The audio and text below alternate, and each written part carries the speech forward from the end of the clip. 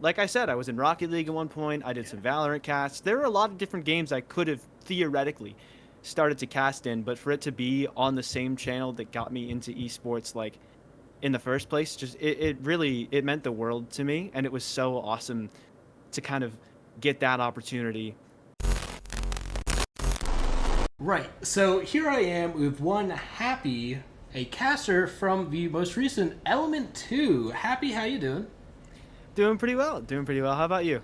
Pretty good. So my first question is kind of like where you got your start with Siege, because I know Wikipedia, God bless it as a resource, but they can't follow every tournament. They're not going to follow your tier I mean, 15 debut. They didn't follow mine. So like as far as when people get their starts, what Wikipedia says and what the reality of the situation is sometimes differs. Like yeah. when did you get yours, and like was it on PS4? Was it PC? How did you get your start?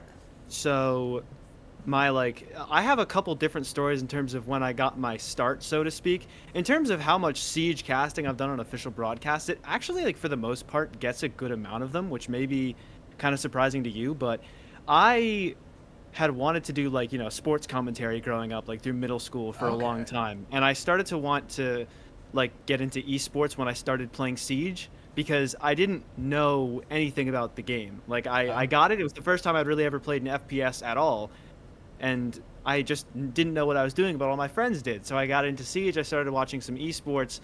And the first game I ever watched was Most Wanted versus Elevate. I pulled it up for reference. Year two, season three, week five. First game I ever watched, and that was Laxing and Skies Elevate. that's Watching them Fox, play. Gurmy Wormy, Yeah, my man. I just no, watched that well like a week the team, ago. yeah, the team that I watched was England, Shuttle, and then I don't know why it's chat. I think Should be Chapstick was Chapstick. on that Yeah, team. yeah, Yeah, should yeah. be Chap. England Shuttle Chapstick was the first iteration of the team that I ever watched. And since then, like Lax and Skies have become two of my favorite players. Blah blah blah. I continued watching esports, but eventually at one point I was just watching a VOD and I was like, why don't I just like mute it and like try and do what they're doing? And so that was like maybe 5 or 6 years ago, something in that range, just like a while ago. I think it's actually just past 6 years since I like started Wow. watching Siege Comp, and then I don't think it's been fully 6 years since I started practicing, but that was just most of what I did for a while. And I never had an actual opportunity to be on stream in any capacity, but I was just like practicing mechanics and stuff. And then as you'd imagine, through COVID, I had a lot of time to work on that too. Yeah. And so for a while, it was just that. And then I got into Rocket League. I was playing that a lot, and a friend of mine that I knew in Rocket League knew someone who was like running a tournament, and they needed casters, and that was like awesome to me because I was like actually going to get to cast proper for the first time. Yeah. So I started there, and then I just like worked my way there from there, worked my way into different games, and really all that I did in Siege was I did a collegiate cast. I did a couple collegiate casts, Okay. and those The are collegiate obviously not. pipeline. Yeah, yeah. There we I did go. collegiates. I did a game rogue. And somebody noticed me on one collegiate broadcast, and then I got brought onto TPL, Yeah. and I made friends with everybody there. Then Xenon, and then as you can tell from Wikipedia how it progressed from there, I just met the right people and Yeah, it made the snowballs. right friends. I But did yeah. want to ask, like, since you started just solo casting, by yourself, by muting the stream and then doing your own thing, did that ever cause any problems when you were first starting and you had a co-caster who was Yeah. all of a sudden here and you're like, whoa, this is a weird change to my flow? Like, did that Yeah. ever affect things? Was that a learning curve for you? Absolutely. And you can tell when someone's done solo casts before, they always have the tendency to go too long. And that's what I did. I always had that tendency to just talk too long, but I wasn't really talking about anything. I was just kind of saying things. Because when you're practicing by yourself, you get the voice mechanics down. You're kind of learning how to, like, how to speak, but you're not really learning, like, what to speak about per se. You're not learning how long to speak. And that was a big issue that I had starting off. And even still to this day, like, it's still a problem I have sometimes. I know my Yeah. friends call me yappy because I do tend to yap just a little bit, and I do still have that problem. Like post rounds, I'll go too long sometimes. Blah blah blah, all that jazz. But it was definitely the biggest hurdle for me to get over starting off is realizing how to work with someone else. But once I learned how to work with a co-caster, it's way better. Yeah. You know, it's so Yeah. fun. And so I did want to ask about your in your Twitter bio. You say that you are an APAC enjoyer. I So am.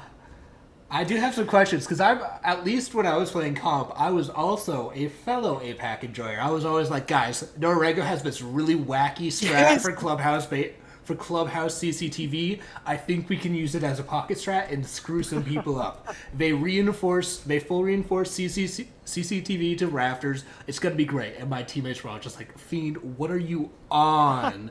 So like, Wow, yeah. what kind of APAC enjoyer are you? Is it the wacky mean, strats? Are you a believer in them winning? Like, what is it? I'm an underdog guy. I'm just an underdog fan. I always enjoyed it. Really, it started in middle school, like 8th grade. I got one of my random friends who I don't keep in touch with much anymore, but at the time, like we played Siege together. I got him into comp, and it was Mind Freak at SI 2018 or 19. Yeah. I don't know, but it was just like it was just like this group of Australians that had never played before. They were just like fun. They were funny, and we just enjoyed watching them because they upset Liquid.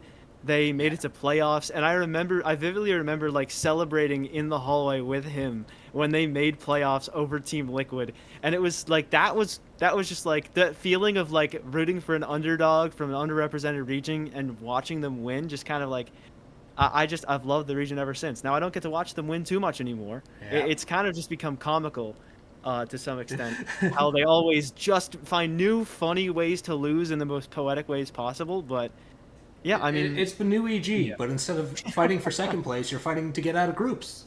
Exactly. Man, but yeah, so that's where that comes from. Just like, liking underdog teams and liking the region. And they have a lot of just like fun players, and I just generally it feels like they're a lot more grateful than some of the teams in North America. You always see like an APAC team and they'll do the interviews and they like seem so like happy to be there and grateful to get the opportunities and whatever. And I just like the whole attitude in that region. I don't know. It's just fun. And the play style is fun, and it's just fun. It's a lot of fun over there. Yeah, I 100% agree that like they have some really fun players who, as soon as you let them go on camera, they're like, "This is part of the job. Let me lean into it," and I love that. Like, Yeah. Bleed was killing it last major. Oh, Bleed was awesome. I loved them. So, I did also notice when I was scrolling through your Wikipedia. Not only have you done like a lot of NA events, you got started with VXGS and TPL and the Game Rogues, Yeah. but you also have a fair few European events as Yeah. well, which is pretty odd. Not just because there's an ocean in the way, but also you're like the only American in a lot of them as well. Like, Yeah. how did you get started doing European events? Because it's pretty wacky time zones, right? Yeah, the time zones are well for here it's just casting in the afternoon, and most of those were just over the summer. Okay. Like when I was on summer break from college, and this was when I was like, my friends call me a D tier farmer, like some of the other people in prod, and I am. I'll admit it because it's reps, like it's Yeah. time that you get to practice and you get to do this and you get to do that, you get to work. I think I got started over there either just like through seeing some things in like broadcast GG, which is just like where opportunities get posted for some like caster observer type people Yeah. for any esport. Either that and also through Chaka because I made friends with him. He was the first person I casted Siege with. And I think he did a lot of EU stuff initially. So I think I don't remember exactly, but I want to say that's how I kind of got in over there. And I really tried to make the most of every opportunity that I had and everything that I could. So that's if you were thinking about like the 1 year thing, Yeah. to going from nobody to there in 1 year, that's how it happened. I just tried to cast as much as I could and work on it as much as I could. So you farmed, and then you saw the early stage Jihu, and you were like, underdog story, Jihu, it's I right ever here, it's cast all adding up. I don't think I ever got to cast I them. think you did, I but they were called something else at the time. know this.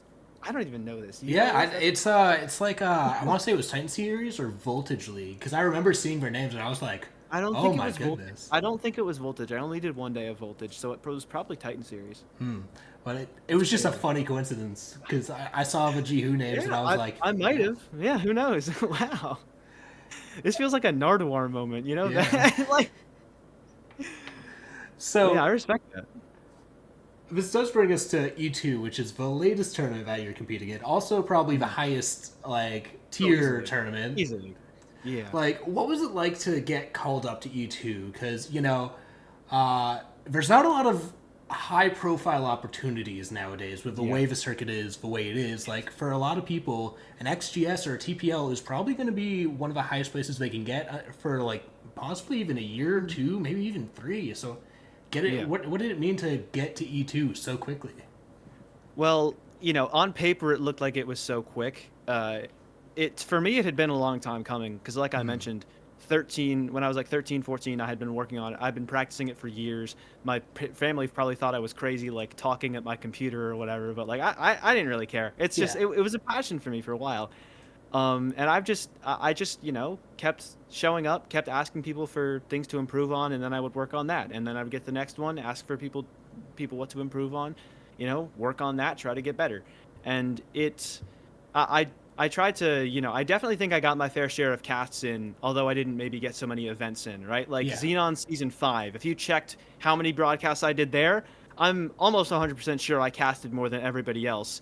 And it was because they kept needing people to sub in, and I kept being like, all right, I'll do it. And that was where I improved the most as a caster. So, Yeah. in terms of the year thing, I tried to get as much, same thing I said about Europe, right? Like, I tried to get as many casts in as I could in as short of an amount of time as I could. So it was, just I was improving quickly and always remembering what to work on for the next one because it was such a short distance between the two. But when it comes to what it meant to get Element, I mean, it really meant the world. It was to think that I had been watching the same Twitch channel for so long to keep up with Siege content, and that Siege was the first game that I ever started watching.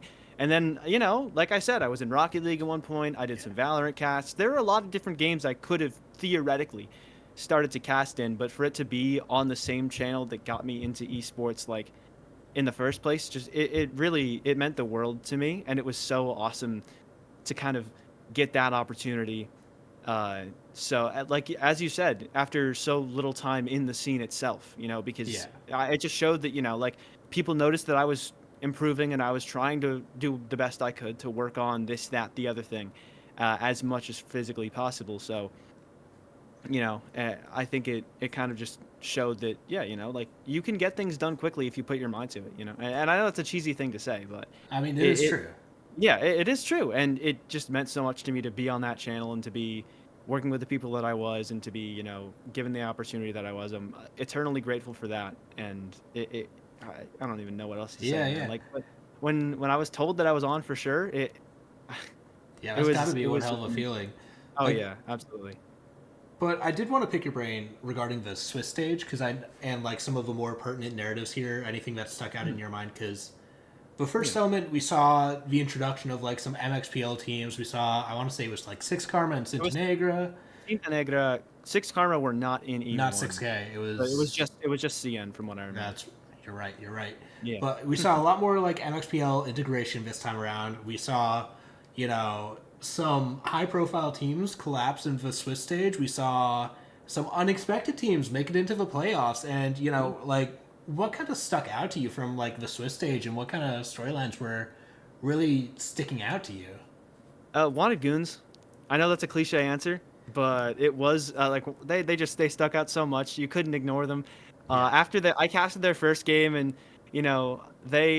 they were all like joking with me about not picking them. I became friends with a good amount of the players on that team. Like I'm friendly with them. I'm like Yeah. actually friends with Exige and all that. Like Super nice because guy. oh yeah, he's awesome.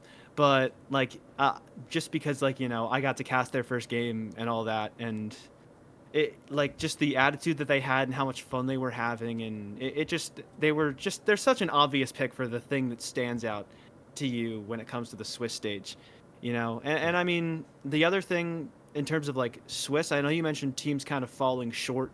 I know Valkyrie, Wildcard Aces, some squads like that, Yeah. maybe people expected to do better. um and I got really, really, I don't know if I should say fortunate or I just knew a lot in the first few weeks of Swiss. Because after that, I don't know if you kept up on Twitter or not, but I was I was doing pretty well in terms of the predictions. There were a Oh, couple okay. games where I lone wolfed it and I got it right. Like I had Cynical over, granted it was somewhat of a mistake, but I had Cynical beating Elevate Academy. I had Dilemma beating that same Elevate Academy roster. Yeah. We mentioned this kind of in the pre-show, but I was a big believer in Envy for the first couple of weeks. I had them winning both their first two games, and I think only like one other person in both cases had them also winning because they were playing good teams. Yeah. Like Elevate, Aerial Arise. I had them winning both of those, and it's like that's not to gas myself up, but that's just kind of what Swiss was to me. It was just like showing everybody like kind of the work that I had put in, the amount of time that I had watched these teams kind of paying off, and people being like, "Wow, this kid actually does kind of know what he's talking about." Only to then not do very well in rounds 4 and 5 in the playoffs, and by the end of the Swiss stage, by the end of the whole season, my prediction percentage was not very good. But Yeah. it was Hey, nice to you kind receive of a go from start, you know? yeah, it was nice to kind of run things at the start and be the standout. Like, hey, this guy actually does know what he's doing. That helps like kind of earn some credibility with the players, which I think is very important Yeah. to like, be known by the players and to like try and talk to them about like what they think, what they see, because those are the most important talking points that I think need to be relayed to who's watching, right? Because they're like, I can make up things and talk about what I see Yeah. all day long, but like the people who are playing in the tournament are like obviously the ones who affect the outcome, and what they see is most important to me. So, like gaining trust and gaining respect of players and like understanding their points of view has always been super important to me. So to kind of like show that I knew what I was talking about and earn some of the respect of the players that way was pretty fun for me. Okay. And like, how do you integrate like talking to the players and just gathering their thoughts? Talking about like, and what form does that even take? Is it just casually talking about playing the game? Is it like picking their brain, going, "Why did you do X, Y, Z?" Or is it more broad, like, I "Hey, think mhm. Yeah, sorry to cut you off, no, no, but all good." I think I think in terms of like how I incorporate things, I think what I did most was literally just like if I talked to somebody about something, I'd be like, I talked to this person and they said this and whatever, like Yeah, talking to them about different things about their team style, talking to them about different things like what they're preparing, how they want to prepare, and like different like things they look for in terms of other teams and what their thoughts on other teams, because that's also important. Like being able to tell like what upsides and downsides, what good and bad they see about other rosters is points that you yourself can make. Like talking about a team that maybe struggles with some things but is good with other things, and talking to people, the players themselves, about that, as well as their own issues with their own teams they need to iron out, because that's yeah, important and a great talking point for like, yeah, I talked to Aimkey and he said that they need to work on, coming back from losing opening kills and then being able to incorporate that into your next cast, I see. and that works. It works really well, just generally. In order to like because normally you can see when teams are trying to improve on it, but it's Yeah. not so noticeable unless you know kind of what to look for. So I think that definitely helps a lot. Right. And what were your thoughts on kind of a playoff run from this tournament? Obviously, Envy making the run, dropping a Yeah. single map, I want to say, in They dropped playoffs. two. They dropped one to SSG. They dropped one to Dilemma. I have the bracket pulled Right. up, so it's just yeah. But, like, Envy making this hell of a run, Karn and Co. falling in the finals. We had CLB upsetting Aerial Arise. What were your thoughts on the playoffs and just kind of all that stuff? First, I didn't think CLB upsetting was much of a thing at all. I honestly thought they could have won the whole thing. Really? Like, I just thought the players on that team and the way they had looked through Swiss, just like, especially after semis, I was like, they look great. I feel like individually, I trust them more than Karn and Co. Just, I feel like they're meshing really well. And then they got smoked by Karn, and then I was like, okay, well now Karn's gonna win the whole thing because like Kickstro and Wi-Fi both look like they're in great form. Everybody's just meshing really well, and they'll probably be able to figure out Envy. And I think through the whole thing, like generally a theme with people talking about Envy and people thinking about them as a roster is just that like at the start people slept on how good they were individually. And I mentioned before, like, I had them winning some early games. I did know they were good individually, but even towards the end, I continued to sleep on how good they were individually. I thought a team like SSG ACAD with, Yeah. people like Villain Ainke, Karn & Co, with like Kickstro and Wi-Fi, would be able to win enough individual fights and understand what they're going to go for. But at the end of the day, right, like if Envy are the most individually talented team in the league and they know how to leverage that and they know, how to play with each other, it's not something you can really do anything about, And I think Yeah. I talked to someone I talked to a lot on that team was Fens. I got to interview him once. I had an Twitter interaction with him or two, and I know that they scrimmed a lot. Like he put Yeah. emphasis on it, but it's worth emphasizing again, like how much this team scrimmed and how much they wanted to improve. And I think that, there's a lot to be said about like, a ranked stack team like Bleed Esports, when you mentioned them earlier, Yeah. or a scrim stack team like Envy. Like you play so much together in such a short period of time, you get to know each other. You know your tendencies, you know what to expect, you know how to play off of each other, and you've had a lot of experience, so you know what could be coming from the other side. So you're so good at like mid-round adaptations, and you're so individually skilled that when you have to make those adjustments, you can win anyways because you're so good at fighting one-on-one. Everybody on that team is some of the most talented players in T2. Yeah. And like I think that's at the end of the day, that's just what it came down to. And it's really hard to beat a team that is firing on all cylinders and just getting killed. Like that sounds vague, but like, I mean, it really is just yeah, oppressive they when you have know a they receiving just end. know each other so well, and they're so good at shooting. Like it's so hard to do anything about that. It's that kind of like Especially ranked. with You're that play playing. style. Like Oh yeah, when you're it's playing a so ranked game, oppressive. yeah, you think about playing a ranked game and you're just like the bad ranked games you've played, the other team is just like winning their fights against you and they are pushing that. They know how to leverage that ability. And that's all that Envy really did. And they were so good at it. Like Yeah. and that's not all they really did. Like they were obviously a lot goes into that and they're an insane team, but it's at the end of the day what worked for them so well was just leveraging their individual skill. And I just hats off to them for, making the upset run. Yeah, yeah. And so, with Element 2 over, we're kind of in a bit of a dead zone. Like, SI is coming around in about a month, and theoretically, T2, T3, T4 tournament could show up here. It could show up after the event. What's next for Happy? Like, where are we going to be seeing you next? So for the next few months, I'm really just gonna try and work on, keep working on my individual stuff.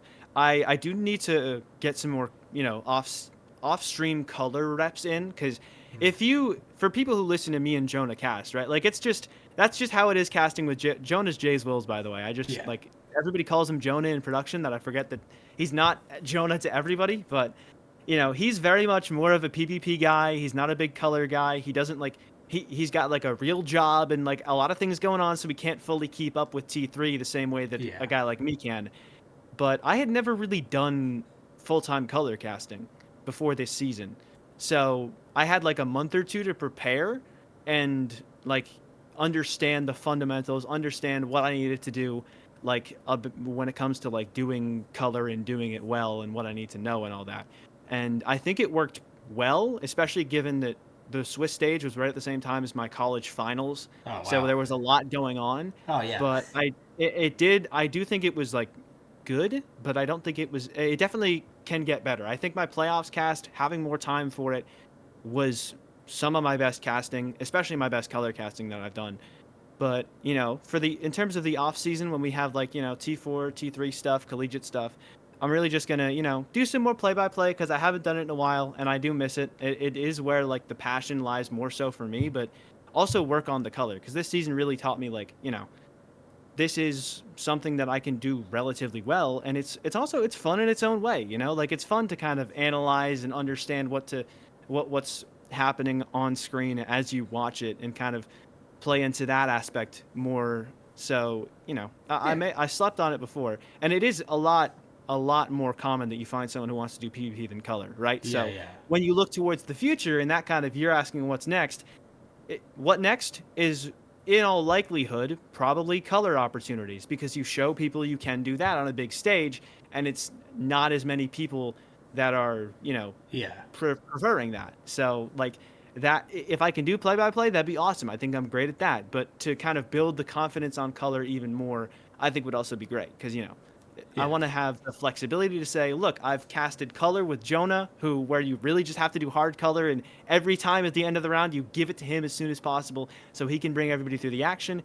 And I've done a lot of play-by-play with some of the best caches in T3, where I have that ability, and I can flex to hybrid too, like just kind of broadening my horizons, and well, not just broadening because I've already done that, but like making sure that I'm confident on every single aspect of casting that I can be for just to kind of put my name out there Yeah. and Future proof. just yeah, exactly, make myself look even better for the future and continue to work towards maybe getting bigger stuff. That's Alrighty. the dream. And so, for those who don't know where to find you, where can they find Happy on social media and all that crap, The 15 billion sites, bro. It's insane. I mean, in terms of casting, I only really do Twitter. So X, Twitter, whatever you call it. It's Happy Aka, so Happy AKA, but there's two I's because the first one was taken by someone who hasn't tweeted anything ever, That's which how kind it of always sucks. is. But exactly, but yeah, so Happy Aka, HAPPIIAKA is my Twitter. You can follow I'll me have on it on there. screen. Yeah, awesome. And then I have a Twitch. I don't know if I want to stream that much or not. It's just Happy Aka, but no two I's. It's just Happy AKA. Okay. Obviously happy with an I because that's how I spell it. Yeah. But yeah, so I may start streaming soon. I've had some ideas for things that I would want to do. College Wi-Fi, we still have to try. I don't know, Yeah. but yeah, I think that that could be on the cards. So you can leave that up there too. And then, I mean, yeah, that's pretty much where you find me. Alrighty. Well, we